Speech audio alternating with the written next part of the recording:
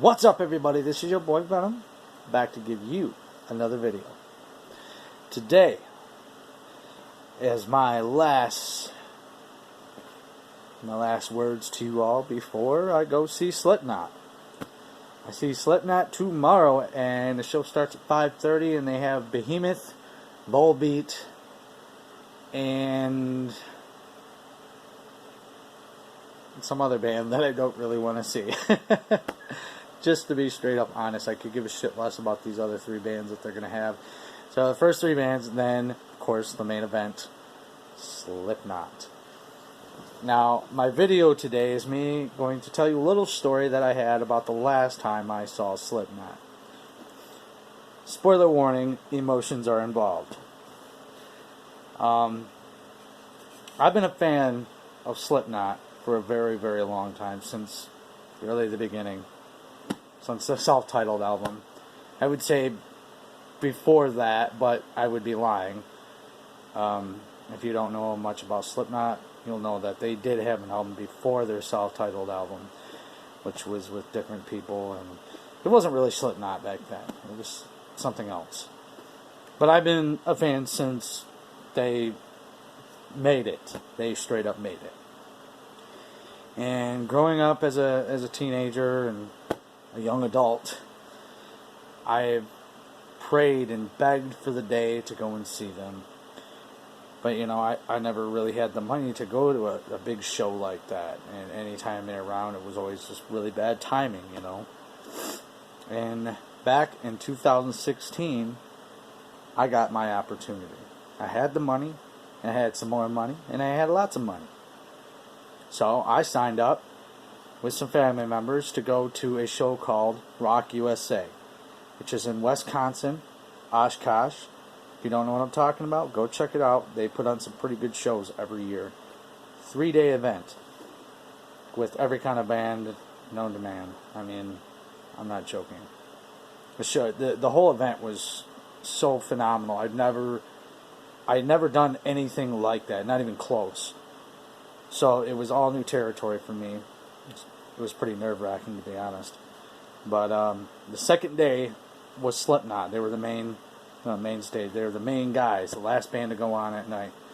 And during the daytime, I would say about 5 o'clock, 4 o'clock, everybody started telling me that, you know, like my neighbors next to us at the campsite, and then the people I was with, they kept telling me, man, you're going to regret not getting tickets for the pit, because I only had general admission for the whole show.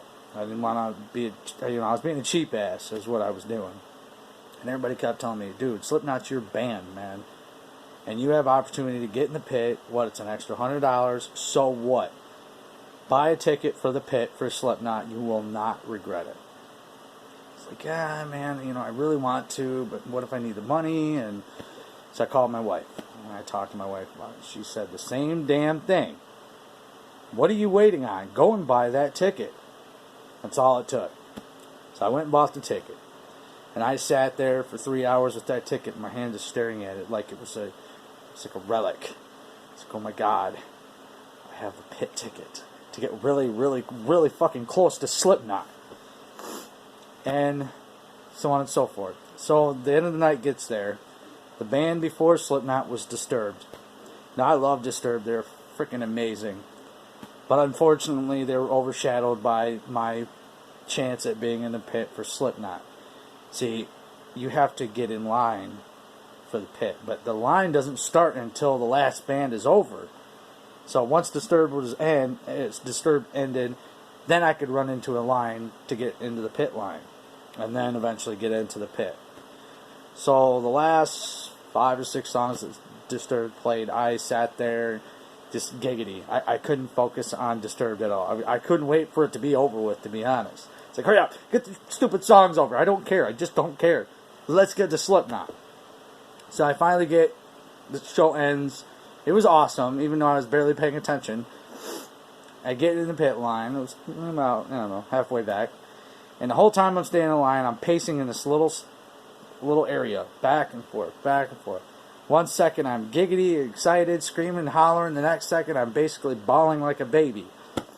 back and forth for like 5-10 minutes straight. Finally, they let us into the pit. And I get into a spot, and my neighbors were actually in the pit too. I come over, and they're like, don't worry, man, we'll get you right to the front. Da da da da da da da. I was like, all right, man, whatever you say. And really, I wasn't listening. I was so scared because I had never been into a pit ever. You know, the front, never in my life. And I knew how Slipknot shows were from what I've seen on TV or on video and stuff. So I was scared about that. I was scared about seeing Slipknot. There were so many emotions going through my body that I felt like I could have died at any moment. But I would have died happy. So we're sitting there, we're waiting, all the lights are still on, and all of a sudden the lights go out. The show starts. As soon as them lights went out, I was bawling like a baby. I was so happy and so anticipating Corey Taylor coming out on stage, because he's my favorite. He's the guy. He's who I've looked up to my whole life. And then he comes out on stage, and man, that feeling that it gave me is something that I've never had since. Never had before, never had since. Words could not even describe what that did to me that night. I mean, it was just the most intense but most beautiful thing ever. Period. So the show starts up. We get through one song. We get through another song. And by the third song, my body is toast. I've been screaming and jumping and moving so much that I felt like I couldn't go any farther. My chest felt like it was going to explode. Like I was going to have a heart attack because of so much at once. And then the next song started, and it was like, for some reason I still had the energy for another song. That song ended, and I'm like, oh God, I love this so much, but maybe it should end right now. And then the next song started, like, no, let's keep going. And keep going, and keep going, and keep going, song after song after song. And we got near the end. Got to the song Spit It Out. And I have the live DVD called Disaster Pieces. I got that when I was a kid, and there was one specific thing on that DVD that I'll never forget as long as I live. And that is the part where they make everybody sit the fuck down on the fucking ground. And when Corey tells you to jump the fuck up, what are you going to do? What are you going to do? What the fuck are you going to do, motherfuckers? You're going to jump the fuck up. Only when he says, jump the fuck up. Only. And that part actually came. And I was in awe. I could not believe that I was living that experience. That what I saw on TV, I never thought. Even going to the show, I didn't think it was going to happen. I was like, no way. They ain't going to do that again. Not while I'm here. What are the chances? And they did it. Yeah, they probably do it at a lot of shows. But to me, personally, I didn't see it coming. And they did it. You know, right when I knew the moment was there, and when they were about to do it, I was already on the ground. I knew what to do. And, of course, we all jumped the fuck up. And it was so epic. It was the biggest jump the fuck up I've seen. Same with Corey, according to him. He could have just been making us feel good. But still, it was amazing. And, you know, the show had, one or two more songs, and then it was over. And it was the greatest experience of my life. Far none. But I will say, when I came out of that pit, it felt like somebody had kicked my ass 10 times over. I was walking hunched over. My back was so shot. Couldn't breathe because all the dust getting kicked up because we were bouncing on dirt. Straight up dirt. They say pit, and that's what they mean, the pit. And, yeah, it was phenomenal. Straight up phenomenal. And tomorrow, I'm about to somewhat relive that again. Now, I'm not going to be in the pit this time, unfortunately, but I'm going to be there. And their new album just dropped the other day. So I'm going at the best time. And I'm not the only one that's going. My oldest daughter is going with me, and this is her first time ever going to a metal concert or anything of that matter. So I'm breaking her in, man. I'm breaking her in. She's going to love it. She's probably going to be scared to death, to be honest, because she don't know what to expect. But and one last thing. You guys see this? This came from the Slipknot show I went to last time. Still got their energies. I bought this right before I went there, or before I went back to general admission, right before Disturbed started. And I've carried this ever since. It's been like a good luck charm to me. And it'll be a good luck charm tomorrow, because it's coming with me.